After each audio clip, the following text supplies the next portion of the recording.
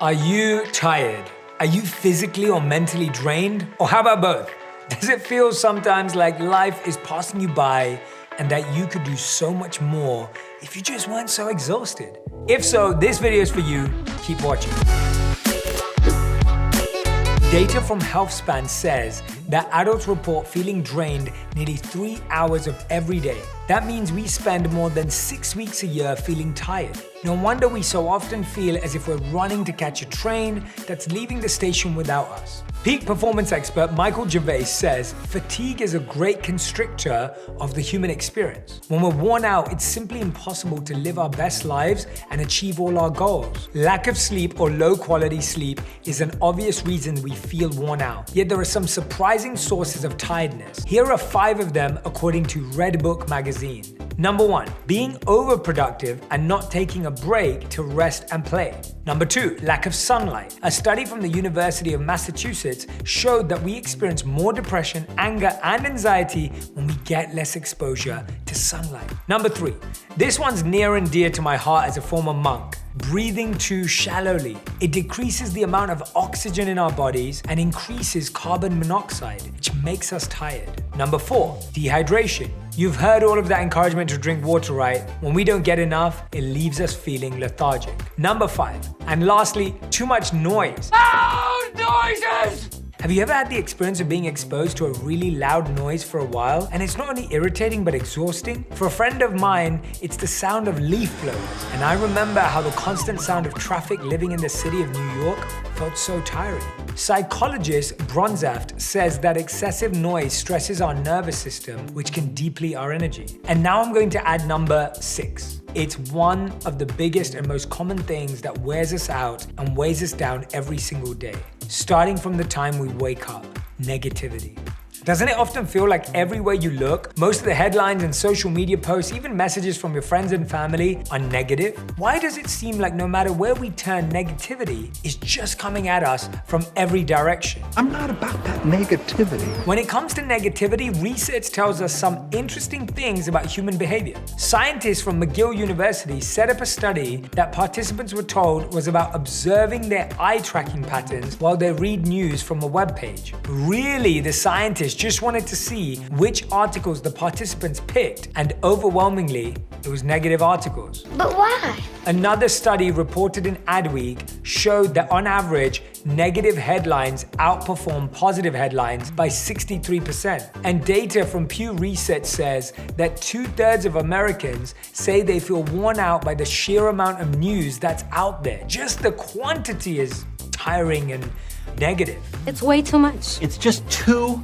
much. Researchers also estimate that up to 80% of our thoughts every day are negative. So I'm going to give you 3 ways to lighten your negativity load so you can start feeling more energized and positively engaged. Scientists have concluded that our overconsumption of negativity is due, at least in part, to something called negativity bias. We're wired to detect threats, so we give more of our attention to things that are negative. So let's say you're out on a hike in a gorgeous location. There might be 99 beautiful things to take in about your surroundings. The birds, the trees, the cascading waterfall. But the second you hear a little rustle in the bushes, all of your attention will go to that one sound because your brain is worried it could be a threat. Did you hear that?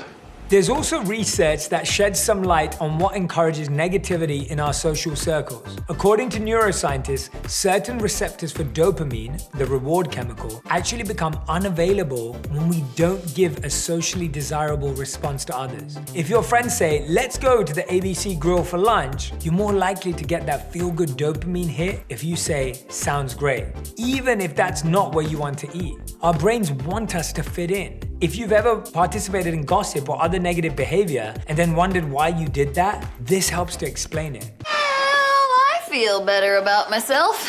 The negativity odds may feel like they're stacked against us, but we really can decrease the negativity in our lives, and we do it through small, simple choices made consistently. Going along with your friends, even though you disagree, is like someone offering you a sugary candy bar. It's hard to resist and tastes great in the moment, but later you feel the weight of that choice when you're burned out, tired, potentially depressed.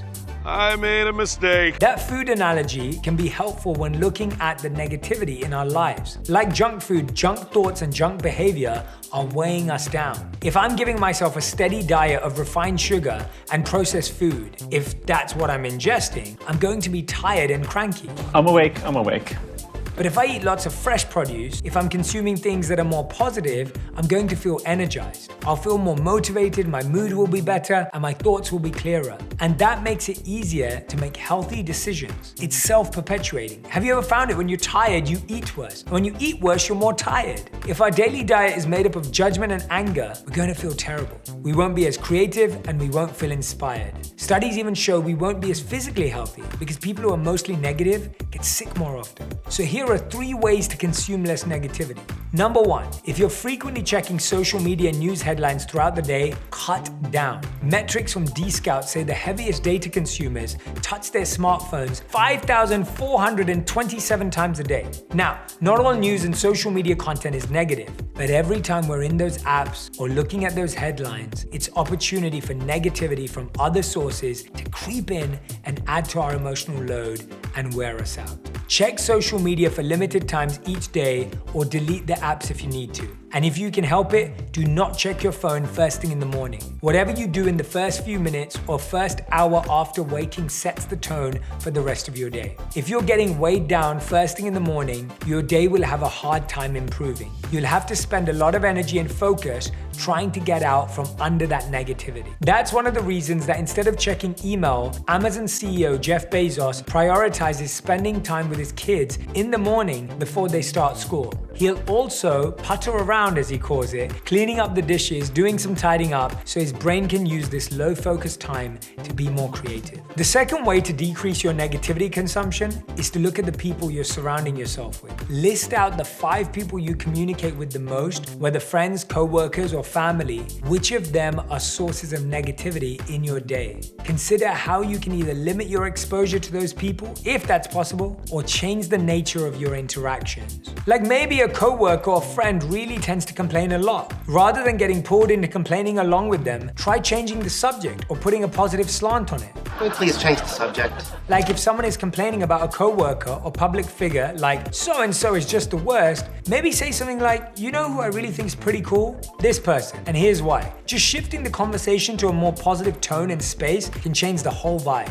Positive vibes only. Now, being positive doesn't mean you have to pretend everything's sunshine and roses all the time. It's important to feel our feelings and to be plugged into what's really going on in the world. But you don't want to intensify negativity or drama for its own sake or for your own entertainment. There's a quote I really love that goes, "You can't live a positive life with a negative mind." And that's the third way of decreasing the negativity in your life. Decrease its impact on you by emphasizing and increasing the positive things in your life. You can do this in 3 ways. 1, through gratitude. Instead of checking your phone first thing when you wake up, list 3 things you're grateful for. Do it again before you sleep at night. Number 2, through meditation. Meditate at least 20 minutes a day. You can use visualization, chant a mantra, or simply notice your breath.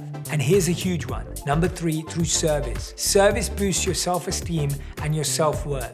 And service and gratitude are like armor that protects you from negativity. Identify one way you can serve others, whether it's tutoring your friends, kid, online for 30 minutes a week, walking an elderly neighbor's dog, or volunteering at a local food bank. Those are 3 powerful ways to lighten the load of negativity in your life so you can beat the blues and get into living a life filled with meaning, power, and purpose. I'll see you next time. Make sure you subscribe. Thank you for watching. If you want even more videos just like this one, make sure you subscribe and click on the boxes over here. I'm also excited to let you know that you can now get my book, Think Like a Monk, from thinklikeamonkbook.com. Check below in the description to make sure you order today.